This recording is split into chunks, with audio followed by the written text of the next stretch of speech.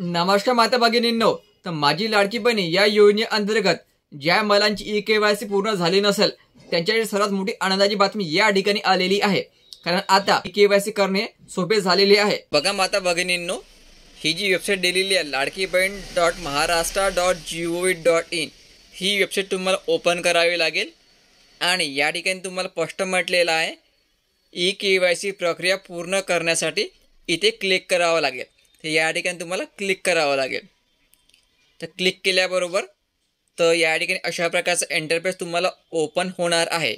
तर बघा ई-केवायसी मुख्यमंत्री माझी लाडकी बहीण योजना, तर या ठिकाणी तुम्हाला आधार क्रमांक विचारलेला आहे, म्हणजे तुमचा आधार क्रमांक या ठिकाणी टाकावा लागेल। त्या महिलांची ई-केवायसी करायची आहे त्यांचा आधार क्रमांक तुम्हाला या ठिकाणी टाकावा लागेल। तुमचा आधार क्रमांक या ठिकाणी टाकायचा जर तुम्ही स्वतः अर्ज भरत असाल तर क्रमांक टाकून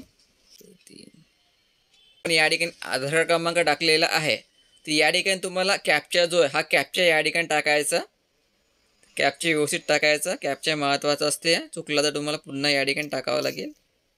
8120 कॅप्चा टाकल्यानंतर बघा मी सहमत यावर क्लिक करायचं आणि OTP पाठवा यावर क्लिक करायचं।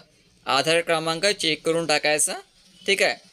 कॅप्चा टाकल्याबरोबर मी सहमत आहे यावर क्लिक करायचं आणि OTP पाठवा यावर क्लिक करायचं। तर तुमच्या या ठिकाणी OTP गेलेला आहे। तो जोपर्यंत तुम्ही OTP पाठवा यावर क्लिक करत नाही तोपर्यंत तुमची ई-केवायसी या ठिकाणी पूर्ण होणार नाही आहे, ठीक आहे। तुम्हाला OTP येणे गरजेचं आहे, ठीक आहे। OTP आल्याबरोबर सबमिट OTP करायचं। सबमिट OTP केल्यानंतर अशा प्रकारचा इंटरफेस ओपन होणार आहे।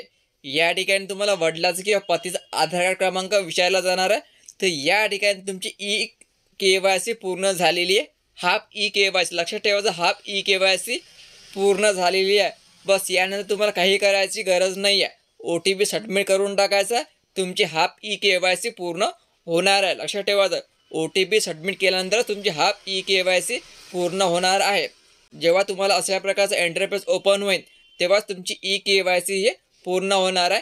ज्या महिलांना वडील नाही आहे, ज्या महिलाला पती नाही आहे, जे महिला घटस्फोटित आहे, जे महिला एकल आहे, अशा महिलांना या ठिकाणी अशा प्रकारची ई-केवायसी करावी लागणार आहे। जर आणि जेव्हा हे ऑप्शन दिसेल तुम्हाला स्क्रीनवर तर तुमची ई-केवायसी या ठिकाणी पूर्ण झालेली आहे असं समजून जायचं। जोपर्यंत तुम्ही OTP सबमिट करत नाही, जोपर्यंत तुम्हाला वडील आणि पतीचं आधार कार्ड टाका याचं ऑप्शन उपलब्ध होत नाही तोपर्यंत तुमची हाफ ई-केवायसी पूर्ण झालेली नाही असं समजून जायचं। OTP हे ऑप्शन आल्याबरोबर तुमची ई-केवायसी पूर्ण झालेली आहे असं समजायचं। ई-केवायसी केल्यानंतर आपले डॉक्युमेंट जे आहे हे अंगणवाडी सेविकेकडे जमा करायचे आणि अंगणवाडी सेविकेने जर हे डॉक्युमेंट घेतले नाही तर तुम्ही डायरेक्ट महिला बालिकाच्या ऑफिसमध्ये जायचं किंवा तुम्हाला डॉक्युमेंट अपलोड करायची वाट पाहावं लागेल कमीत कमी 10 ते 15 दिवस। व्हिडिओ खूप महत्त्वाचा, जास्तीत जास्त शेअर करा आणि लाईक करा। धन्यवाद।